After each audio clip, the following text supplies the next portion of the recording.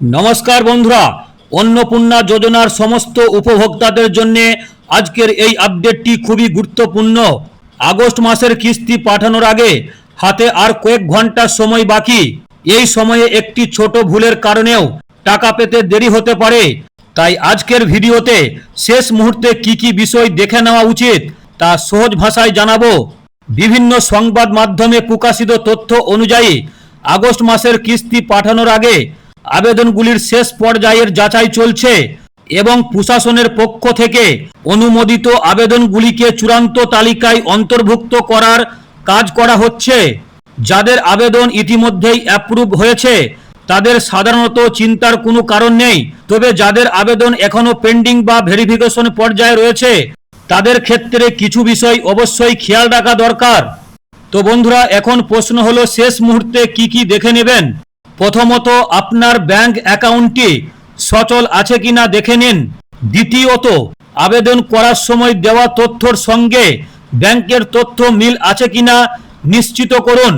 আর তৃতীয়ত, যদি কোথাও স্ট্যাটাস পেন্ডিং বা ভেরিফিকেশন দেখায় তাহলে সেটির আপডেটে নজর রাখুন, কারণ টাকা সরাসরি ব্যাংক অ্যাকাউন্টে পাঠানো হয়। যদি কোনো তথ্যের সঙ্গে অসঙ্গতি থাকে বা যাচাই সম্পূর্ণ না হয় তাহলে টাকা পেতে দেরি হতে পারে। তো বন্ধুরা, তবে একটি বিষয় পরিষ্কার করে বলে রাখি, এখন এমন কোনো সরকারি ঘোষণা নেই যে সবার টাকা বন্ধ হয়ে যাবে। তাই অযথা গুজবে কান দেবেন না। সরকারি আপডেট এবং নির্ভরযোগ্য তথ্যের উপর ভরসা রাখুন।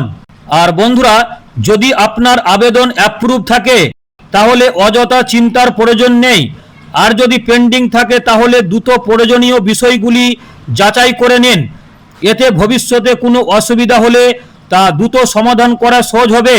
আগস্ট মাসের কিস্তি নিয়ে নতুন কোনো সরকারি আপডেট প্রকাশ হলে সবার আগে আপনাদের জানিয়ে দেওয়া হবে।